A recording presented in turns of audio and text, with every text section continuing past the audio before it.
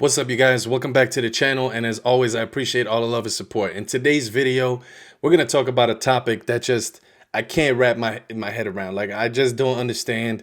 I've been seeing it quite a bit, and it has to do with Dynojet compared to a Mustang Dyno. So I don't understand a few things. So I'm just gonna get straight to it.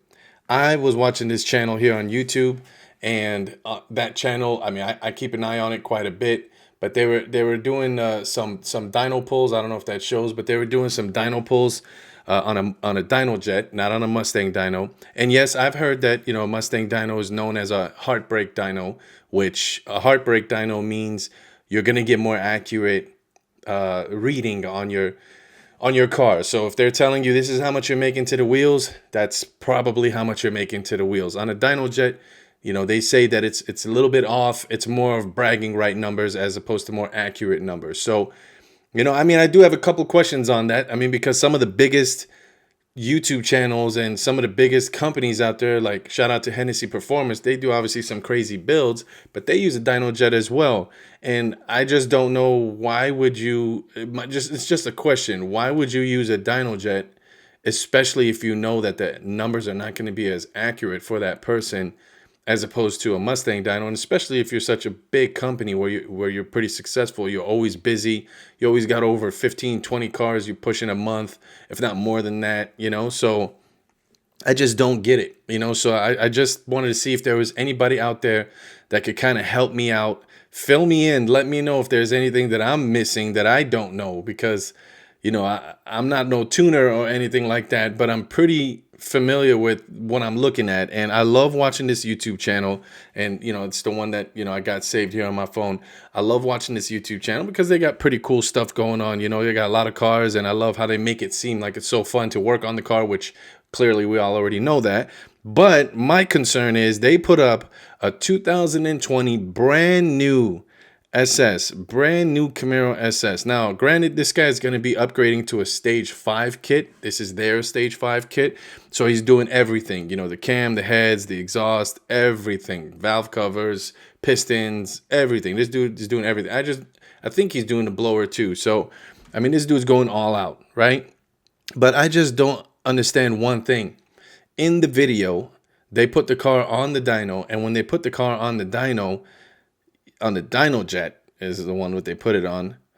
The car, I know stock is 455 to the crank. That's stock.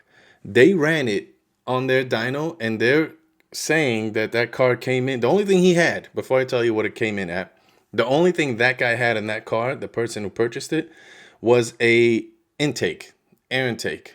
That's it. That's all he had, was a cold air intake. So, and I believe it was cold air inductions is the one he had. He didn't even have the Rwhp intake, which Rwhp is known as the most accurate, horsepower that you're actually going to get out of these air intakes. Not knocking on any companies, but Rwhp is definitely known. Shout out to them.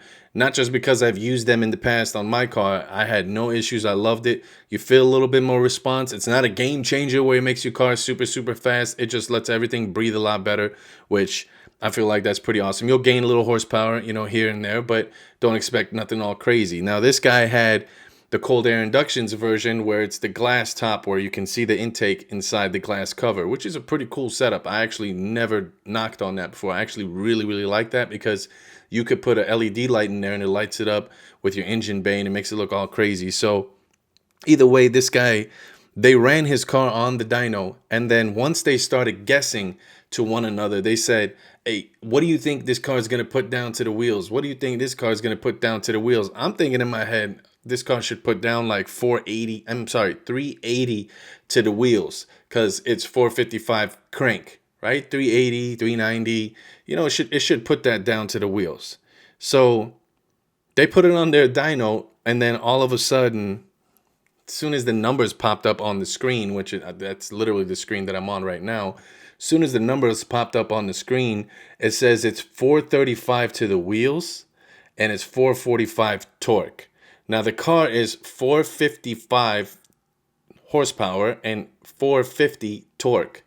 How is it 5 horsepower less torque, right? And it's only 20 horsepower less to the wheels. the only thing, I mean, I'm not knocking on these guys because, like I said, I love their work. They make it look really fun. I like watching their channel. Anytime I catch it, I like watching it. But my only concern is, how is that possible? I'm not saying they're lying about their numbers, and we all know, if you work on cars and stuff like that, and you build them, you're in the car community and the car scene and all that stuff, you're pretty familiar, and you know that a Mustang dyno, like I said, is known as a heartbreak dyno. And the reason for that is because if this guy right here, they're saying he's 435 to the wheels, stock, right out the showroom, this car only had 400 miles on it, 435 to the wheels, and then that's on a Dynojet, and then you get a guy that has 435 to the wheels on a Mustang dyno.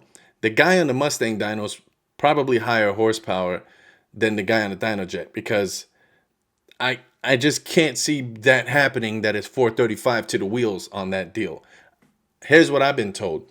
You take a guy that has let's say, I'm just going to round it out, 450 to the wheels Dynojet, 450 to the wheels Mustang dyno. They run them quarter mile. The guy that's from a Mustang dyno is going to get better numbers than the other guy in the Dynojet. And keep in mind, driver mod is there. So they're both equal. They both know how to drive. They both know the drill. They know the deal, right? But still, at the same time, the guy from the Mustang dyno is going to run better numbers because the numbers are just more accurate. I know there's a big price difference as well when you purchase these dynos. They'll be anywhere for a Mustang dyno is like 75 grand, and then Dynojet is like 25 grand, depending on your setup. Obviously, that's like 3 times the dollar amount. So I know they say you get for what you pay for, but what kind of blows my mind is some of these companies that are really, really big companies, they do amazing work, which I don't knock on them. Like Hennessy Performance, like I love what they do. That's just my opinion. I love the stuff they do. It's very clean work. I know some people have had mixed reviews, but I mean, you go to Costco and you'll have mixed reviews, but you're still going to go to Costco, right? Costco needs to cut the check for that. But still, you know my point, you know my drift. So either way, big companies like Hennessy Performance, they use Dynojet. And what's the other one? CSP. I catch them on YouTube every now and then. They use Dynojet. Like, why wouldn't you, if you knew that you're so busy like that and you're pumping out 15, 20 cars, if not double that in some of these companies a month, so you're making a lot of money, why wouldn't they invest in a Mustang dyno and just get more accurate numbers? I was told before, look, bro, I know you came in at 428 to the wheels, but that's actual real numbers is 428. You're right about 428 to the wheels. Now, if you put that on a Dynojet, they're going to tell you should come in like 470 to the wheels, 475, which that's what I was told in the beginning by some people. Oh, bro, you're going to put down 475 like nothing. And then when you do E85, you're going to be over 500 horsepower. So I was like, okay, but now I understand. If that was on a Dynojet, then yeah, I probably would have put down those numbers, right? And then I would have been driving around and a dude would have pulled up with actually 475 to the wheels from a Mustang dyno, and then I would have been questioning what's wrong with my car. I feel like then I would just keep going back and spending more money trying to retune and buy other parts just so I can get it to that point. I'm not saying they're a scam, but I just don't understand, if you're making money like that and this is actual readings. I mean, I know some comments down below might say, yeah, Dilla, bro, the reason why is because they're not using just a regular Dynojet. They're using a Motor Trend dyno, and if you don't know what that little meme is about, this Corvette C8, when it dropped, Motor Trend was claiming that it was like 500 to the wheels or something, 550 to the wheels, something crazy, right? So then people started tripping. They're like, what? If that's the case, they were just trying to dial it down so that way they can just sell the car at a certain rate and get it out there because it's the base model and it's the first time it came out with the mid engine and blah, blah, blah. There was all kinds of stuff going on. And it all fell back to the fact that somebody said, that's a Dynojet, that's not a Mustang dyno, so they're calling it a Motor Trend dyno, right? All these people that purchased the Corvette C8, they first thing they were doing is putting it right on the dyno. And you watch these YouTube videos with TJ Hunt and all these other guys, and even he was surprised. He's like, how is that possible? Like, it's hard for me to believe, right? So, I mean, we were all in shock. I don't need him to say that for me to be like, oh, okay, he said that, now that's true. Yeah, how is that possible? It's kind of common sense. The moment that other dude said that, with that other company, Rwhp Race, whatever they're called. They do great work too, obviously. But the moment he said that, like, I don't know, man, I felt like that dude was a little nervous in the face. Like, what I'm saying? Is getting a little pink right here. Is getting a little nervous when he was saying that on this guy's camera, right?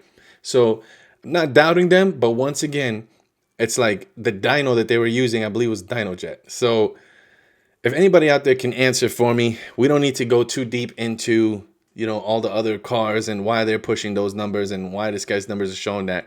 I just want to know, how did they get 435 wheel on a stock Camaro SS 2020 that is 455 to the crank, and it's 450 torque, and they got 445 torque, and these two numbers are just with a cold air inductions intake. So hopefully you guys can answer it, because I know I got quite a few guys on here, like I said, that, you know, helped me out in my other videos, and, you know, pretty good at what they know with their knowledge. I know there's going to be a lot of different opinions of people saying, because it could be this, because it could be the weather, it could be that. But at the end of the day, we all know that a Mustang dyno is known as a heartbreak dyno, because they tell you you're going to get all these gains, but at the same time, it tells you what your true numbers are. So I don't know, fill me in, man. I just kind of wanted to put it out there because I was sitting here watching the videos. Prime is officially at the shop. CFX Performance, you know, has the car, and I'm excited. I can't wait. It's going to be coming out hopefully in the next 3 days, and they're going to start on it tomorrow. They picked up the motor yesterday. I got a whole video on it, and then we'll put it out there. I was going to post a video today, but I wanted them to get me some clips with the car raised up and under it and all that stuff, because the way they're going to do it is not your normal way, because I have a lot of modifications up top, and we want to make sure that we respect the build, like I said, and I appreciate them, because they don't want to scratch and damage stuff and all this stuff. So we're going to do it another way, which is pretty cool. It still makes sense. They still do it like that at a lot of other shops. And when they told me, I said, dude, let's do it, even if I need an alignment. So it is what it is. So I'm super excited about that. That'll be another video. I can't wait to share that with you guys.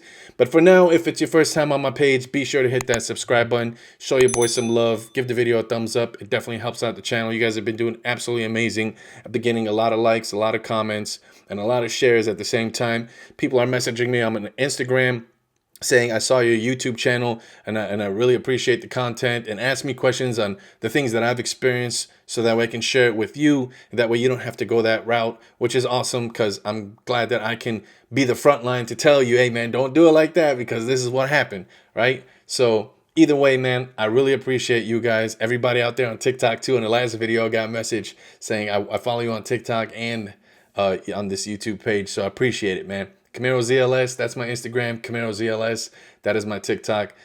Man, Instagram, we're almost at 60K, which is mind-blowing. And then TikTok, forget about it. 160,000 in 3 months. It's just crazy, bro. And it's my dream. I always wanted to be out there, so that way I can share the cars that I see when I go to these shows, and get the people to shout out their Instagram, so they can let everybody else know where they're at with their build, so people can see their stuff on my channel, and we just all sharing the love. You know what I mean? At the end of the day, I really appreciate you guys. I really do, man. So if it's your first time on the page, thank you very much.